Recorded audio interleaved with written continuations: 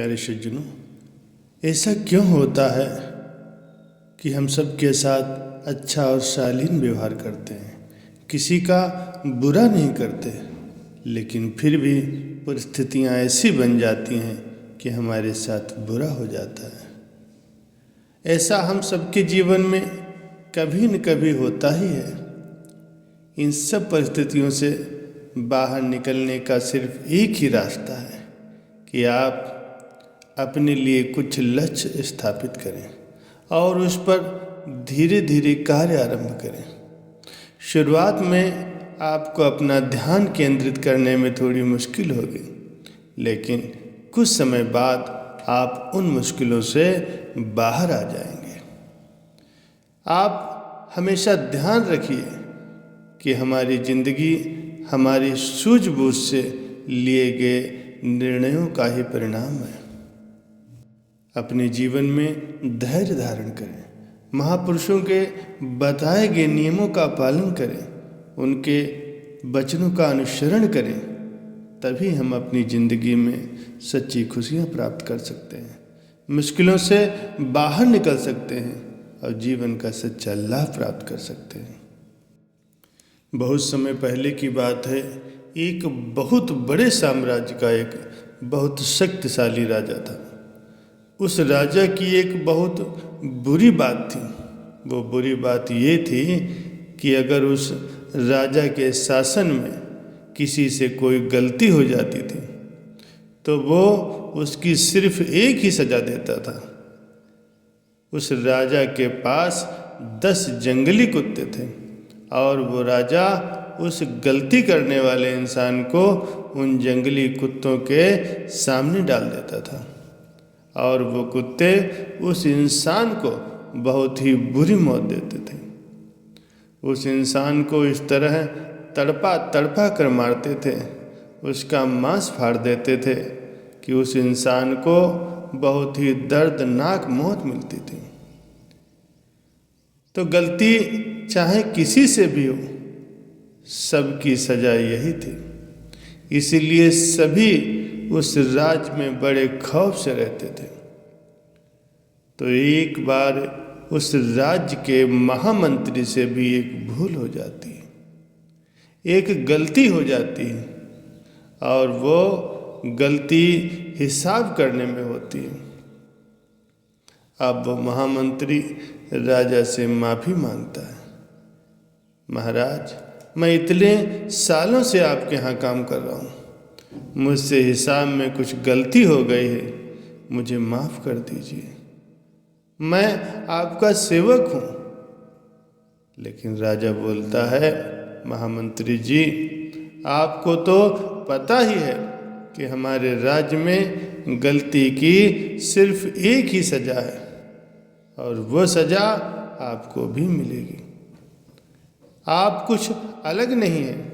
अगर मैंने आपको छोड़ दिया तो प्रजा में बड़ा गलत संदेश जाएगा, इसलिए मैं आपको नहीं छोड़ सकता। अब महामंत्री को जब ये पता चल जाता है कि उससे जो गलती हुई है उसकी सज़ा भी वही मिलने वाली है कि उसे भी 10 जंगली कुत्तों के सामने डाल दिया जाएगा और वो कुत्ते उसे नोच नोच करके मार डालेंगे। तब वो राजा से बोलता है, महाराज, मेरी एक आखिरी इच्छा है। तब राजा उसे अपनी आखिरी इच्छा बताने को कहता है। महामंत्री राजा को बोलता है, महाराज, आप मुझे सज़ा बेशक दे दीजिए कि मुझे उन कुत्तों के सामने डाल देना, लेकिन आप मुझे 15 दिन की मोहलत दे दीजिए। मुझे 15 दिन के बाद यही सज़ा दे देना। मैं राज्य से बाहर भी नहीं जाऊंगा, राज्य के अंदर ही रहूंगा। राजा उस महामंत्री की ये बात मान लेता है। अब 15 दिन के बाद उस महामंत्री को जब लाया जाता है तब वो राजा खुद उसके साथ चलता है कि महामंत्री को उन जंगली कुत्तों के सामने छोड़ दिया जाएगा अब महामंत्री को उस जंगली कुत्तों के बेड़े में छोड़ दिया जाता है, जिसके अंदर उसको कुत्तों के सामने डाल दिया जाता है। राजा ऊपर से देखता है कि वो कुत्ते महामंत्री को काट नहीं रहे हैं, उसे नोच नहीं रहे हैं। महामंत्री के ऊपर वो कुत्ते भौंक तक नहीं रहे, बल्कि उसे वो चाट रहे हैं, उसे प्यार कर रहे हैं। राजा को कुछ भी समझ में नहीं आता है कि ये जंगली कुत्ते हैं, ये ऐसा किसी के साथ नहीं करते, लेकिन ये महामंत्री से इतना लगाव क्यों कर रहे हैं, क्या कारण है? राजा बड़ा हैरान होता है।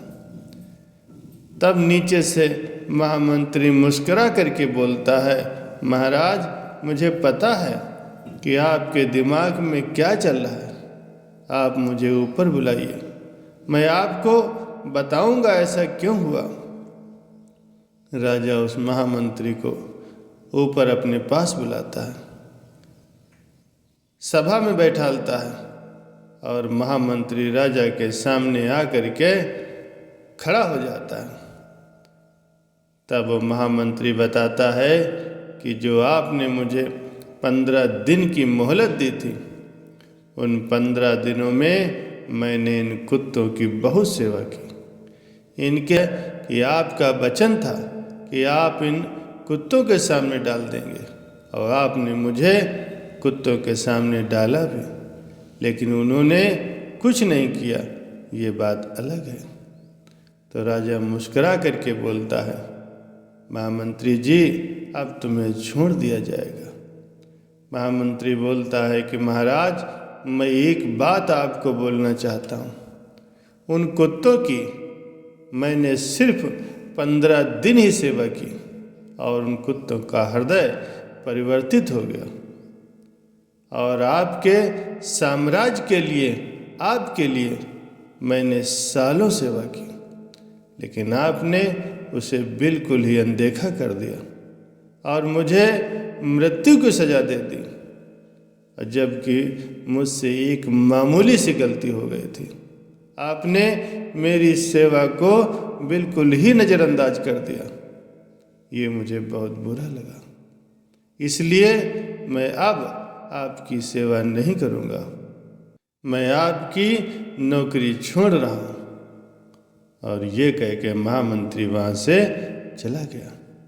प्यारे सज्जनों, हमारी ज़िंदगी में भी कई बार ऐसा होता है, हम लोगों के लिए ज़िंदगी भर बहुत कुछ करते हैं, लेकिन जब कद्र करने का वक्त आता है तो लोग कद्र नहीं करते।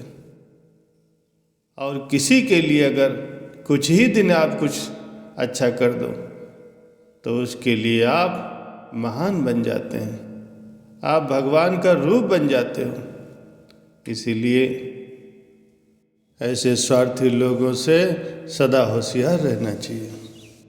अपने जीवन में सदैव शांति बनाए रखें, सबके साथ अच्छा और शालीन व्यवहार करें, किसी के साथ बुरा न करें, अच्छे कर्म करें, सिमरन ध्यान जरूर करें।